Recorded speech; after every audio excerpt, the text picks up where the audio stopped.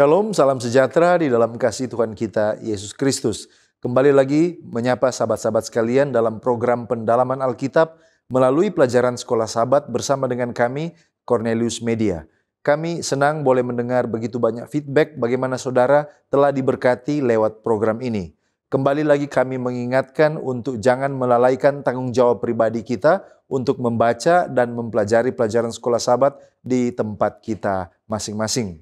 Saya Pendeta Edward Taliwongso ditemani oleh Pendeta Jerry Mangerongkonda dan Pendeta Widodo Purwanto.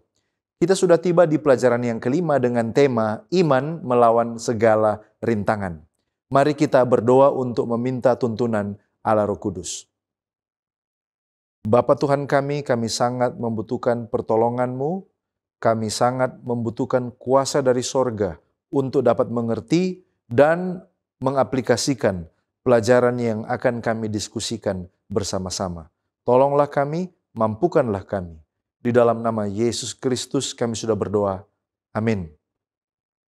Program ini terbagi dalam 4 bagian. Yang pertama kita akan melihat dasar Alkitabiah pelajaran sepanjang pekan ini. Yang kedua kita mencoba menggali makna dari ayat inti. Lalu yang ketiga pertanyaan yang muncul dari pelajaran hari per hari. Dan bagian paling akhir kita tiba kepada aplikasi. Mari kita lihat yang pertama adalah dasar Alkitabiah. Mazmur 119 ayat 162, ayat ini mengatakan kegembiraan yang datang oleh karena memahami dan hidup sesuai dengan firman Tuhan.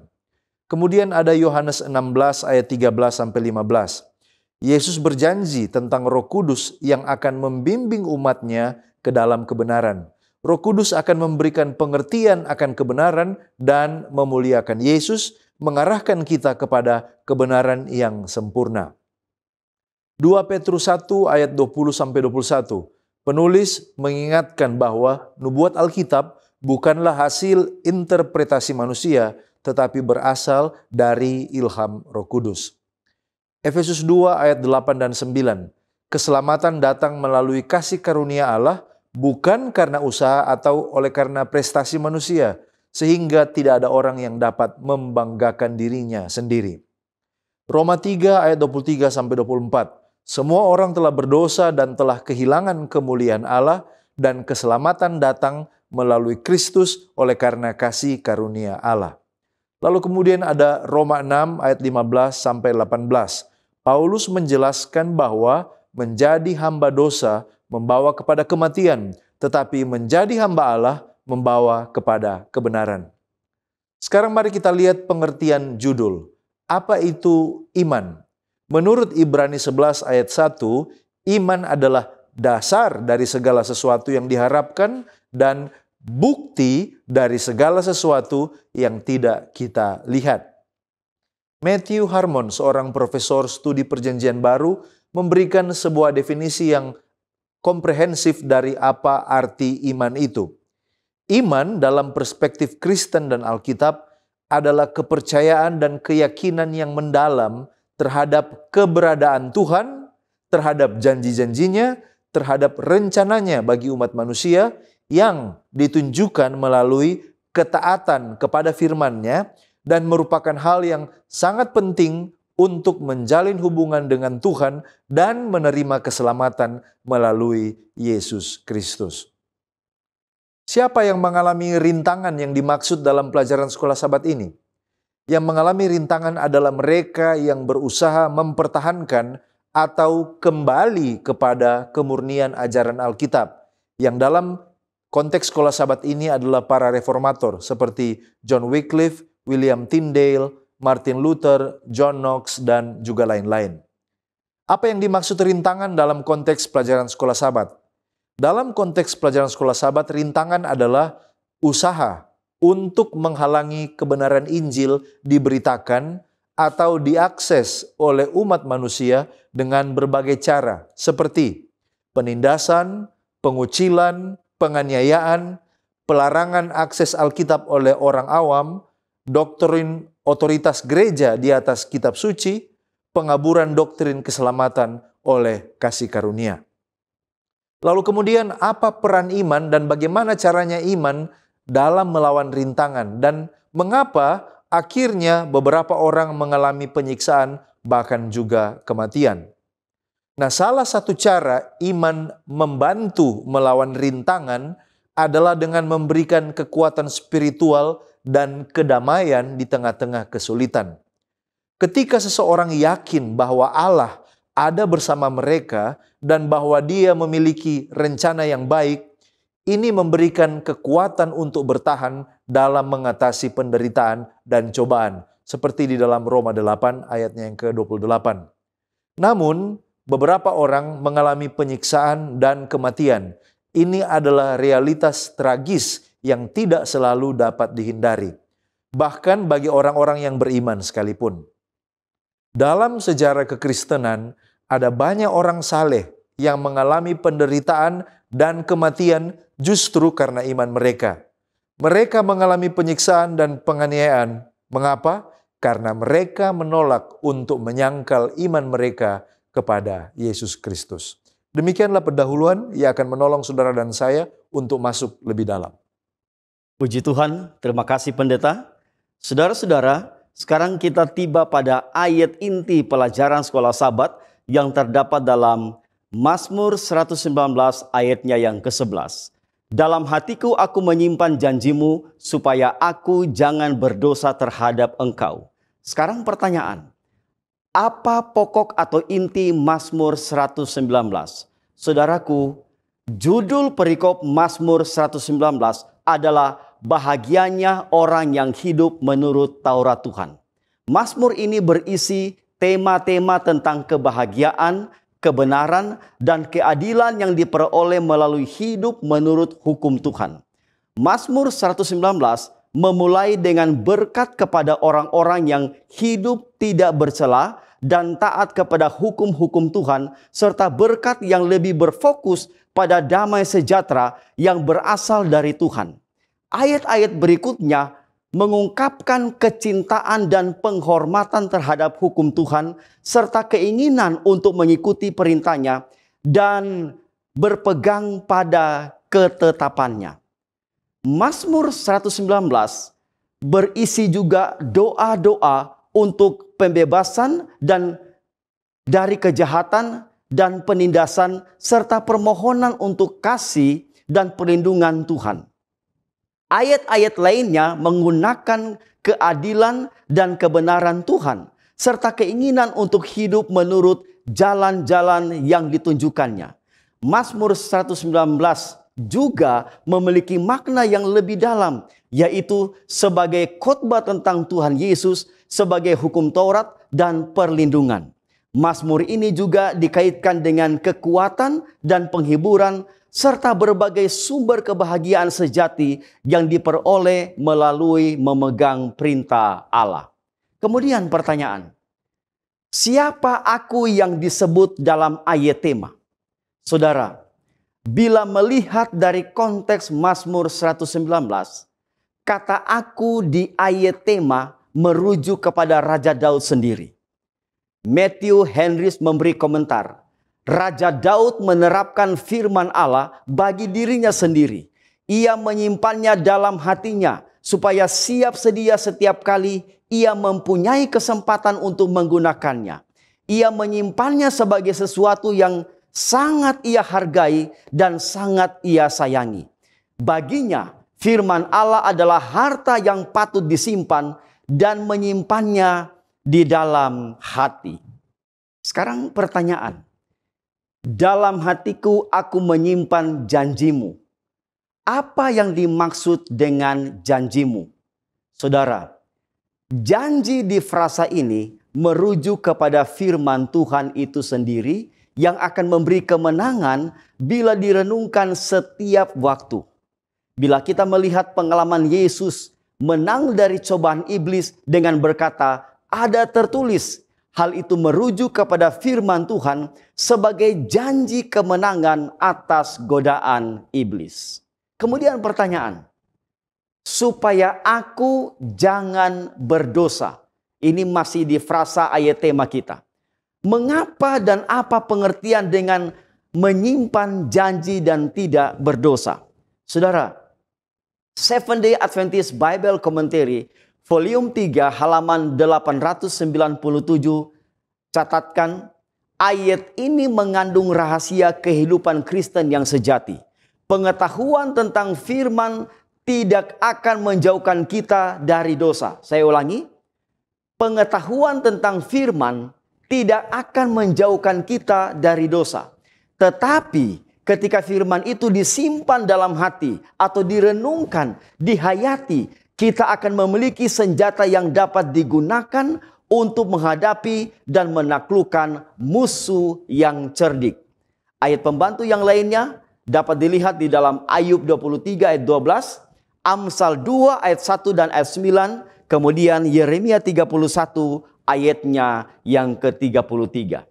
Jadi, kita menyimpan janji firman Allah dalam hati dan merenungkan siang dan malam seperti Raja Daud, agar kita dapat menang dari godaan dan pencobaan iblis. Dengan kata lain, tidak jatuh di dalam dosa.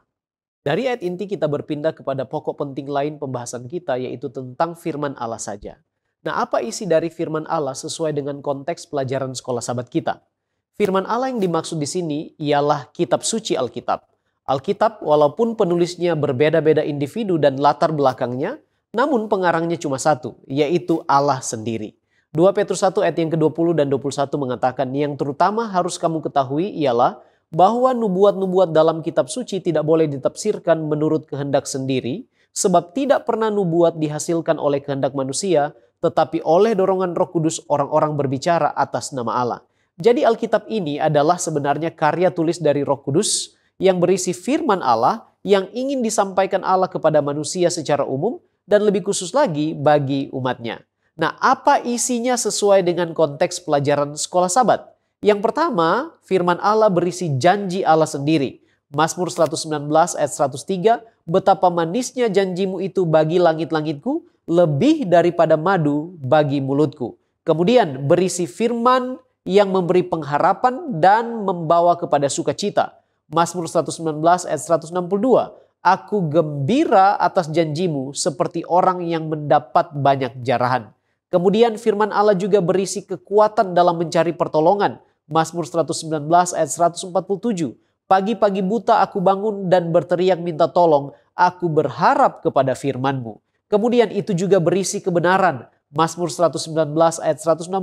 Dasar firman-Mu adalah kebenaran dan segala hukum-hukum-Mu yang adil adalah untuk selama-lamanya. Dan kemudian firman Allah berisi terang, artinya Alkitab itu mengandung penuntun bagi kehidupan kita. Mazmur 119 ayat 105, firman-Mu itu pelita bagi kakiku dan terang bagi jalanku. Ayat 130, bila tersingkap firman-Mu memberi terang, memberi pengertian kepada orang-orang bodoh. Nah, sekarang apa manfaat dari firman Allah sesuai dengan konteks pelajaran sekolah sahabat kita? Manfaat yang pertama adalah bahwa firman Allah memberi hikmat dan menuntun kepada keselamatan oleh iman kepada Yesus. 2 Timotius 3 ayat 15, ingatlah bahwa dari kecil engkau sudah mengenal kitab suci yang dapat memberi hikmat kepadamu dan menuntun engkau kepada keselamatan oleh iman kepada Kristus Yesus. Kemudian firman Allah menolong dalam pembaharuan hidup.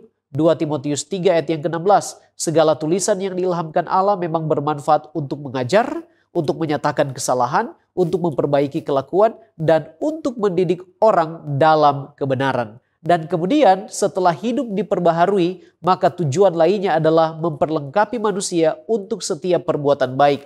Ayat yang ke-17, dengan demikian tiap-tiap manusia kepunyaan Allah diperlengkapi untuk setiap perbuatan baik.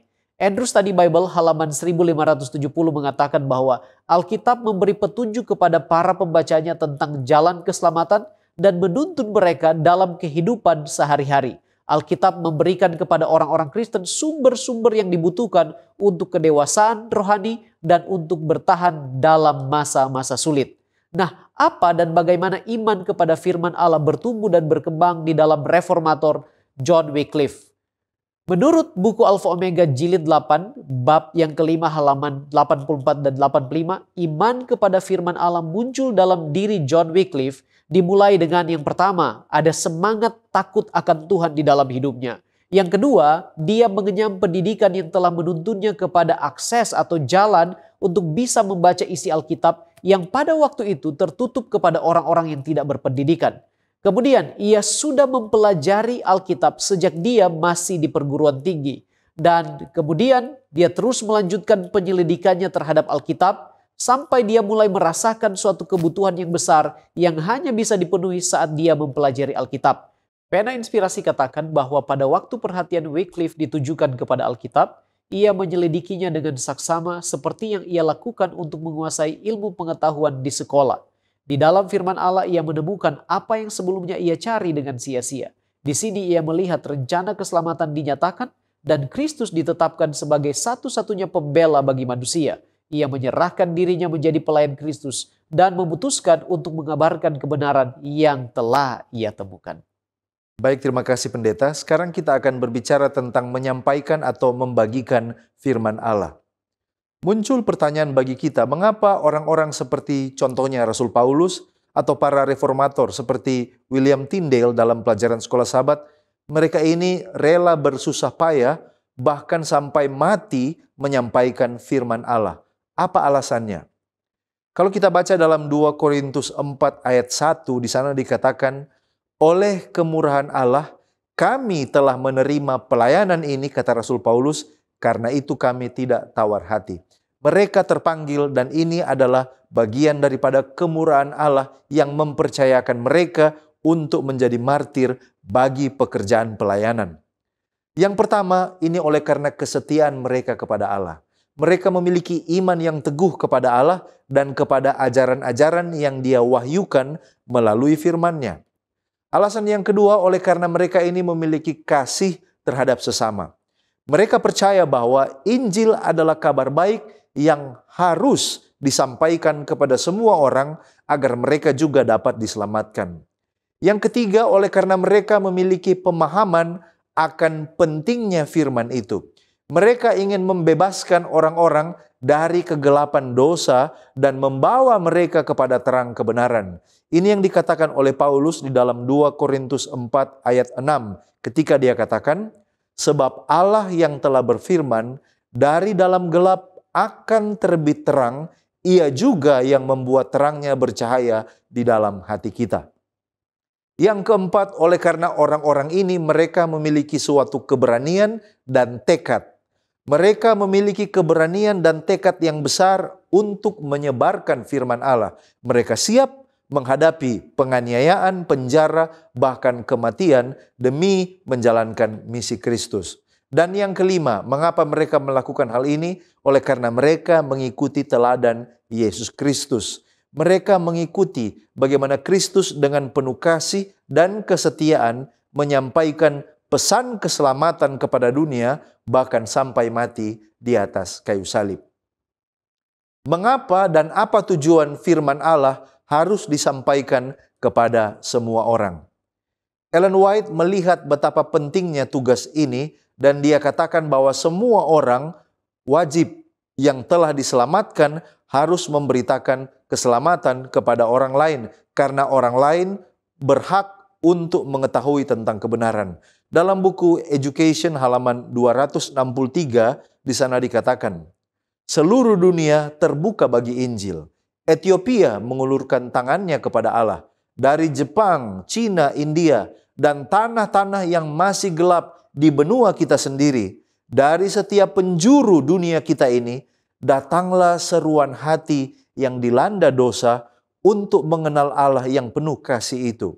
Dia katakan ada jutaan orang yang belum pernah mendengar tentang Allah atau kasih-Nya yang dinyatakan di dalam Kristus. Dan adalah hak mereka untuk menerima pengetahuan tentang Injil ini. Mereka memiliki hak yang sama dengan kita dalam belas kasihan juru selamat. Dan hak itu ada pada kita yang telah menerima pengetahuan itu. Kita mungkin bertanya, mengapa bukan Allah sendiri yang menyampaikan atau membuat upaya penyampaian itu agak lebih mudah dan tidak mengandung bahaya? Kembali lagi Ellen White dalam buku Maranatha halaman 17 mengatakan bahwa pekerjaan memberitakan Injil tidak dipercayakan kepada para malaikat, tetapi dipercayakan kepada manusia. Dalam tema yang sama di dalam buku Christ Object Lesson, halaman 327, dia mengatakan, para pengikut Kristus telah ditebus untuk melayani. Tuhan kita mengajarkan bahwa tujuan hidup yang sejati adalah pelayanan. Dengan hidup untuk melayani orang lain, manusia dibawa ke dalam hubungan dengan Kristus. Hukum pelayanan menjadi penghubung yang mengikat kita dengan Allah dan sesama kita. Setiap orang memiliki tempatnya di dalam rencana kekal sorga. Setiap orang harus bekerja dalam kerjasama dengan Kristus untuk keselamatan jiwa-jiwa. Tidak ada tempat yang lebih pasti yang disiapkan bagi kita di rumah-rumah sorgawi daripada tempat khusus yang telah ditetapkan di bumi di mana kita harus bekerja bagi Allah. Jadi jawabannya adalah Allah memanggil kita terlibat di dalam pelayanan ini bukan oleh karena Allah tidak sanggup, tetapi ini untuk kepentingan kita manusia supaya kita mengambil bagian di dalam pekerjaan penyelamatan jiwa-jiwa. Kita bertanya, mengapa di dalam cerita para reformator sepertinya penyampaian Injil ini penuh bahaya dan penuh pertentangan? Mengapa demikian? Jawabannya adalah oleh karena kita berada dalam pertentangan yang besar dan setan akan berupaya sekuat tenaga agar manusia tidak memiliki akses kepada Injil yang benar. Great Controversy halaman 519 mengatakan bahwa setan tahu betul bahwa semua orang yang dapat ia giring untuk mengabaikan doa dan penyelidikan kitab suci akan dikalahkan oleh serangannya. Oleh karena itu, ia menciptakan segala cara yang mungkin untuk menyibukkan pikiran. Dalam buku yang sama, halaman 520, dia katakan, dia, setan, tahu bahwa kebenaran yang diterima dalam kasih akan menguduskan jiwa penerimanya. Oleh karena itu, dia terus-menerus berusaha untuk menggantikan teori-teori palsu, dongeng-dongeng, dan Injil yang lain. Inilah akibatnya yang bisa kita lihat mengapa setan begitu marah kalau pengetahuan akan Injil itu diberitakan kepada banyak orang. Saudara, pelajaran sekolah Sabat juga menyinggung mengenai diterangi Roh Kudus. Sekarang pertanyaan, apa peran Roh Kudus dalam pengalaman reformator Martin Luther? Saudara, Martin Luther mengalami titik balik dalam hidupnya sendiri. Dia menemukan sebuah salinan kitab suci dalam bahasa Latin. Dia tidak pernah tahu sebelumnya bahwa buku ini seperti ini pernah ada. Dengan penuh kegembiraan, ia membaca pasal demi pasal, ayat demi ayat. Ia kagum kepada kejelasan dan kuasa firman Tuhan. Ketika ia membaca halaman demi halaman, Roh Kudus menerangi pikirannya. Saya ulangi, Roh Kudus menerangi pikirannya. Ia merasakan bimbingan Roh Kudus ketika kebenaran-kebenaran yang dikaburkan oleh tradisi pada waktu itu. Kemudian pertanyaan, bagaimana Roh Kudus bekerja kepada seseorang? Saudara, bila mana kita melihat di dalam Yohanes 14 ayat 25 sampai 26, Roh Kudus mengajarkan dan mengingatkan semua yang telah dikatakan Yesus. Lalu yang berikut, Yohanes 16 ayat 13 sampai 15, apabila ia datang yaitu Roh kebenaran, ia akan memimpin ke dalam seluruh kebenaran dan memberitakan hal-hal yang akan datang.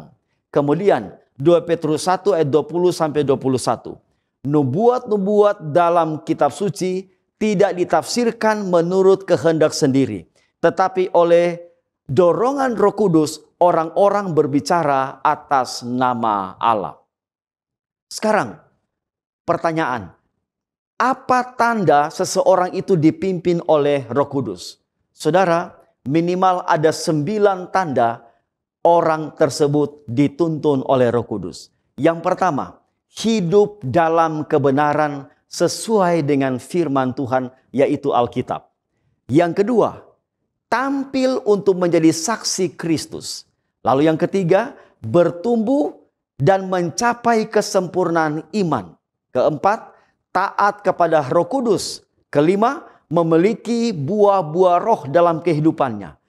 Keenam, ia adalah orang yang suka untuk berdoa. Ketujuh, hidup menjauhi dosa dan kejahatan. Kedelapan, taat kepada Allah. Dan kesembilan, memiliki karakter kasih. Terima kasih pendeta, dan selanjutnya kita akan bahas tentang Kristus saja, kasih karunia saja. Nah, apa pengertian dari kasih karunia dan siapa yang sesungguhnya memiliki hak memberikan kasih karunia? Kata Yunani untuk kasih karunia atau dalam bahasa Inggrisnya grace adalah charis, yang sama esensinya dengan kata Ibrani hesed. Menurut Seventh Day Adventist Bible Commentary volume 5 halaman 902, secara literal charis dapat diterjemahkan goodwill, loving kindness, undeserved favor atau mercy. Dan secara leksikal artinya sebuah hadiah atau pemberian yang tidak diterima, yang diberikan secara cuma-cuma dan tidak pernah sebagai imbalan atas jasa atau pekerjaan yang dilakukan. Edmond Haber dalam komentarnya terhadap kitab Titus dan Filemon halaman 65 mengatakan bahwa kasih karunia adalah kemurahan Allah yang tidak pantas atau tidak semestinya diterima oleh manusia, yang diekspresikan dalam kasih yang aktif dalam menyediakan penebusan kita di dalam Kristus Yesus. Kemudian Georgia White mengatakan dalam buku God's Amazing Grace halaman yang ke-10, di sana dia katakan kasih karunia adalah sebuah atribut Allah yang ditujukan kepada manusia yang tidak layak. Nah, karena kasih karunia ini merupakan satu atribut Allah, maka Allah sendirilah yang memiliki hak untuk memberikan kasih karunia tersebut. Dan kasih karunia Allah ini diwujud nyatakan dalam Kristus Yesus. Yohanes 1 ayat 14, 16, dan 17 dikatakan di sana, firman itu telah menjadi manusia dan diam di antara kita, dan kita telah melihat kemuliaannya, yaitu kemuliaan yang diberikan kepadanya sebagai anak tunggal Bapa, penuh kasih karunia dan kebenaran. Karena dari kepenuhannya kita semua telah menerima kasih karunia demi kasih karunia, sebab hukum Taurat diberikan oleh Musa, tetapi kasih karunia dan kebenaran datang oleh Yesus Kristus. Nah, sekarang bagaimana kita bisa mendapatkan keselamatan sesuai dengan pelajaran sekolah Sabat? Efesus 2 ayat yang ke-8 mengatakan, sebab karena kasih karunia kamu diselamatkan oleh iman, itu bukan hasil usahamu tetapi pemberian Allah. Jadi jelas bahwa kita mendapatkan keselamatan oleh karena kasih karunia Allah yang kita terima melalui iman kepada Kristus. Seventh Day Adventist Bible Commentary volume 6 halaman 1008 menekankan bahwa keselamatan adalah sebuah pemberian yang cuma-cuma tanpa uang atau harga. Pekerjaan dan perbuatan bukanlah penyebab, tetapi akibat dari keselamatan yang diterima. Artinya, keselamatan tidak diperoleh melalui usaha manusia.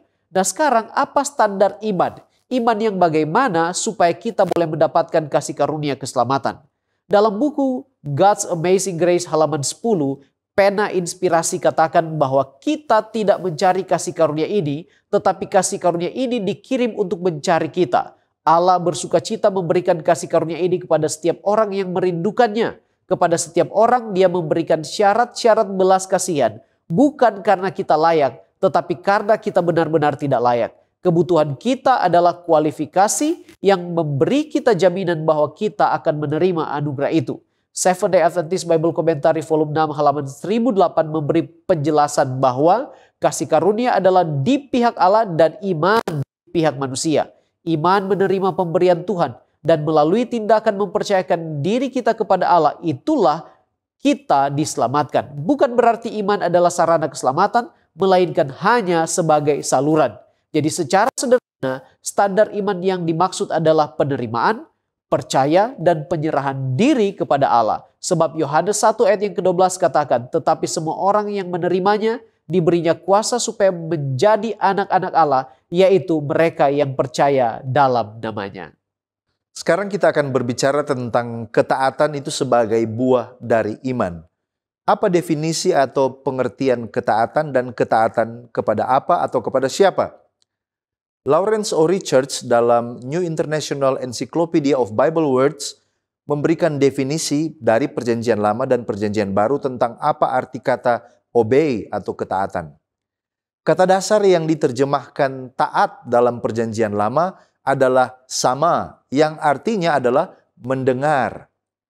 Konsep Alkitab menekankan pendengaran yang efektif. Mengapa?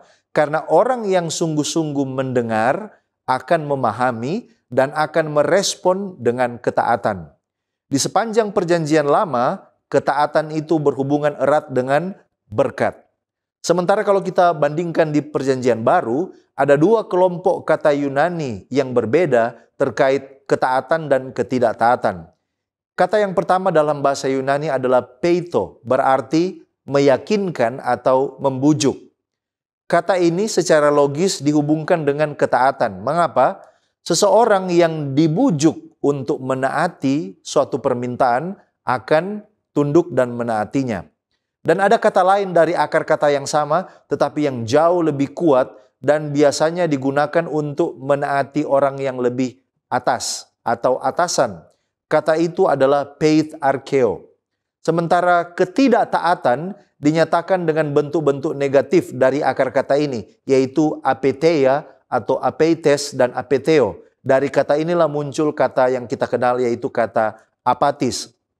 Dalam kebanyakan penggunaan dalam Perjanjian Baru, ketidaktaatan ini dipandang sebagai ketidaktaatan kepada Allah itu sendiri. Selanjutnya yang akan kita diskusikan adalah bagaimana cara untuk taat dan mengembangkan ketaatan itu dalam diri kita. Kita akan mempelajari nasihat Rasul Paulus dalam Roma 6 ayat 15 sampai 18. Dalam Roma 6 ayat 15 sampai 18, Paulus menjelaskan bahwa orang Kristen itu menjadi pemenang dan taat kepada Kristus melalui beberapa hal. Yang pertama adalah pembebasan dari kuasa dosa dan penerimaan kasih karunia Allah. Mereka bukan lagi di bawah kutuk hukum Taurat, tetapi sekarang di bawah kasih karunia. Lalu kemudian menuntun kepada langkah yang kedua, bagaimana Kristus membawa mereka kepada kehidupan yang baru di dalam Kristus. Oleh karena itu, mereka diminta untuk yang ketiga adalah menyerahkan hidup mereka sepenuhnya kepada Kristus dan hidup dalam ketaatan kepadanya. Sehingga mereka sekarang ini menjadi hamba-hamba kebenaran dan mendapatkan kehidupan yang kekal. Apa kira-kira upah ketika seseorang Kristen taat atau tidak taat? Kapan menerima upahnya? Dan mengapa contohnya para reformator sepertinya mereka tidak menerima upah mereka dan justru yang mereka terima adalah penyiksaan saat mereka di dunia ini? Dan kalau kita lihat dari ajaran Alkitab, Tuhan akan membalas kepada setiap orang sesuai dengan perbuatannya. Tentu mereka yang tidak taat pada akhirnya akan dihukum. Tetapi yang menjadi pertanyaan adalah bagaimana dengan mereka yang taat? Ajaran Alkitab sepertinya menjelaskan ada dua. Ada upah ketaatan yang langsung akan diterima di bumi ini, dan ada upah ketaatan yang nanti akan diterima di dunia yang akan datang. Mari kita lihat contoh yang pertama adalah upah ketaatan yang langsung diterima di bumi ini. Contohnya adalah kata-kata Tuhan kepada orang Israel di dalam Imamat 25 ayat 18. Di sana dikatakan, demikianlah kamu harus melakukan ketetapanku dan tetap berpegang pada peraturanku serta melakukannya. Maka kamu akan diam di tanahmu dengan aman tentram. Tanah itu akan memberi hasilnya dan kamu akan makan sampai kenyang dan diam di sana dengan aman tentram. Dalam ayat ini, janji penggenapannya akan langsung dialami pada saat ketika mereka masih di dunia ini, yaitu tanah mereka akan aman, tentram, dan mereka akan makan dari hasil jerih lelah mereka. Tetapi juga ada upah ketaatan yang nanti akan diterima di dunia yang akan datang. Contohnya adalah para martir, para reformator yang kita pelajari. Ibrani 11 ayat 35 menjelaskan tentang mereka yang ada pada kategori ini. Tetapi orang-orang lain membiarkan dirinya disiksa dan tidak mau menerima pembebasan, supaya mereka beroleh kebangkitan yang lebih baik. Ada pula yang diejek dan didera, bahkan yang dibelenggu dan dipenjarakan. Mereka dilempari, digergaji, dibunuh dengan pedang. Mereka mengembara dengan berpakaian kulit domba dan kulit kambing sambil menderita kekurangan, kesesakan, dan siksaan. Ayat 38, dunia ini tidak layak bagi mereka. Mereka mengembara di padang gurun dan di pegunungan, dalam gua-gua dan celah-celah gunung. Dan perhatikan baik-baik ayat 39.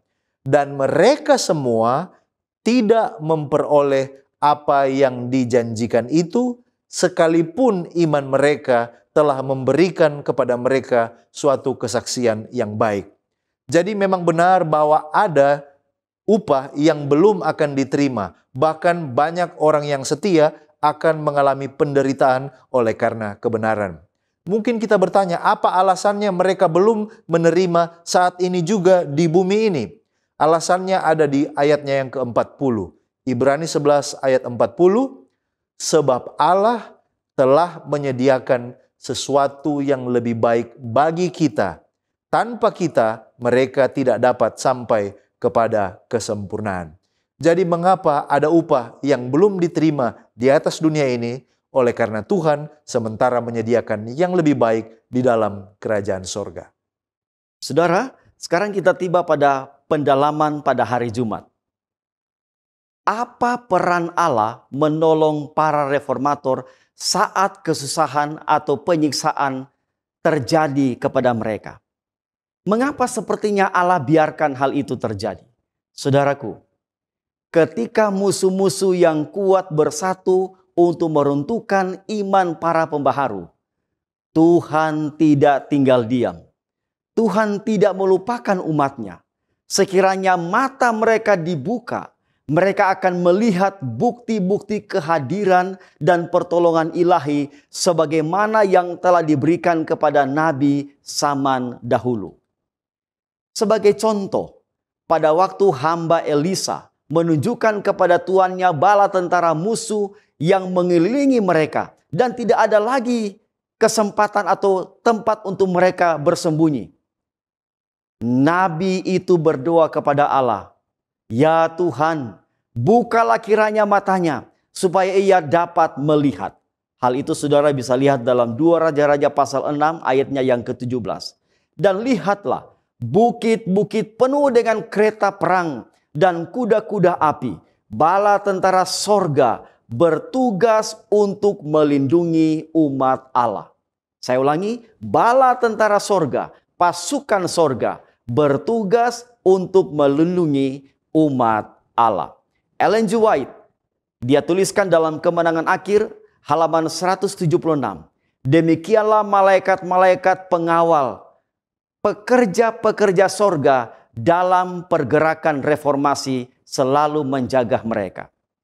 Sekali lagi, Allah tidak tinggal diam. Ia tetap bekerja untuk mengawal agar kebenaran dan orang benar selalu mendapatkan pertolongan walaupun di tengah-tengah kesusahan dan kesulitan. Kemudian pertanyaan, apa pengertian pembenaran oleh iman dan keselamatan oleh iman? Saudara, pembenaran oleh iman adalah doktrin yang membedakan kekristenan yang alkitabiah dari agama-agama lainnya. Dalam doktrin ini, manusia diselamatkan sebagai akibat dari kasih karunia Allah melalui iman, bukan karena upaya atau perbuatan sendiri. Istilah pembenaran berarti dinyatakan atau diberlakukan sebagai orang benar. Sebagai orang Kristen, pembenaran adalah tindakan Allah untuk mengampuni dosa. Orang percaya dan mengenakan kebenaran Kristus kepada orang itu. Alkitab menyatakan di berbagai tempat bahwa pembenaran hanya datang melalui iman seperti yang tertulis dalam Roma 5 ayat 1 dan Galatia 3 ayat 24 dan ayat 25. Pembenaran tidak diberikan sebagai upah atas kerja keras atau upaya kita. Sebaliknya, kita diselimuti atau dibungkus oleh kebenaran Yesus Kristus. Sekarang pertanyaan, apa pengertian keselamatan oleh iman? Saudaraku, keselamatan oleh iman adalah suatu konsep teologia yang terkait dengan pengalaman dan pengertian manusia terhadap Allah dan hubungannya dengan Allah. Dalam teologi Kristen, keselamatan oleh iman dianggap sebagai anugerah Allah yang diterima oleh iman bukan karena pekerjaan baik atau amal yang dilakukan oleh manusia. Ya, dan sebagai penutup serta aplikasi dari apa yang kita pelajari dan diskusikan bersama, bagaimana dan apa cara agar kita bisa tetap dalam iman dan iman kita bertumbuh kepada Yesus Kristus di saat rintangan, kesusahan kehidupan itu kita alami.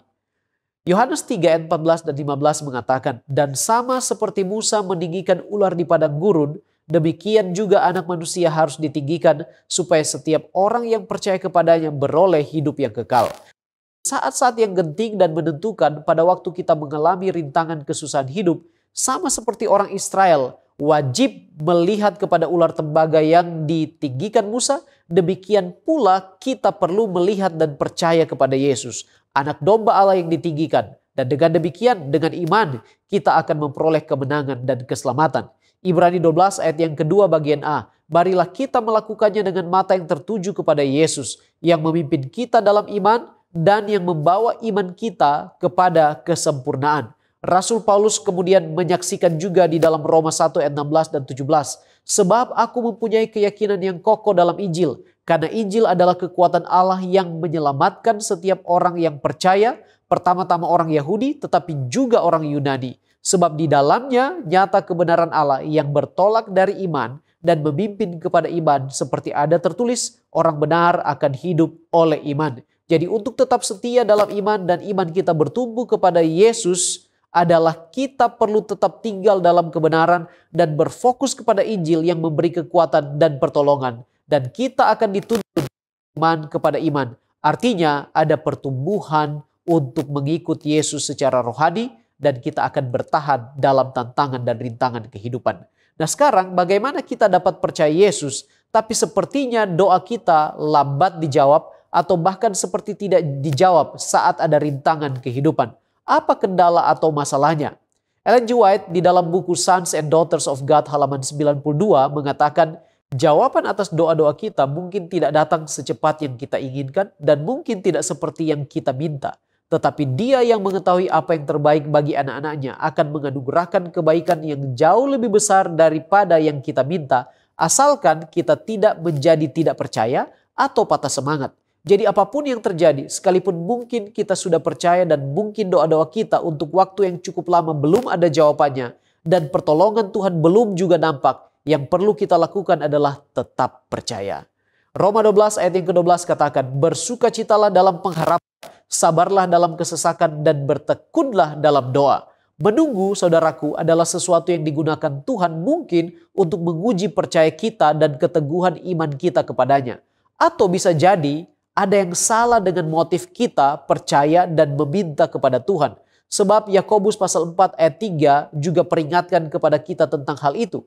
Dikatakan di sana, atau kamu berdoa juga tetapi kamu tidak menerima apa-apa karena kamu salah berdoa. Sebab yang kamu minta itu hendak kamu habiskan untuk memuaskan hawa nafsumu. Kita perlu cek diri kita masing-masing dan doa-doa kita. Itulah sebabnya kita perlu menyelaraskan kehendak kita dan doa kita dengan kehendak Allah sesuai dengan firman-Nya.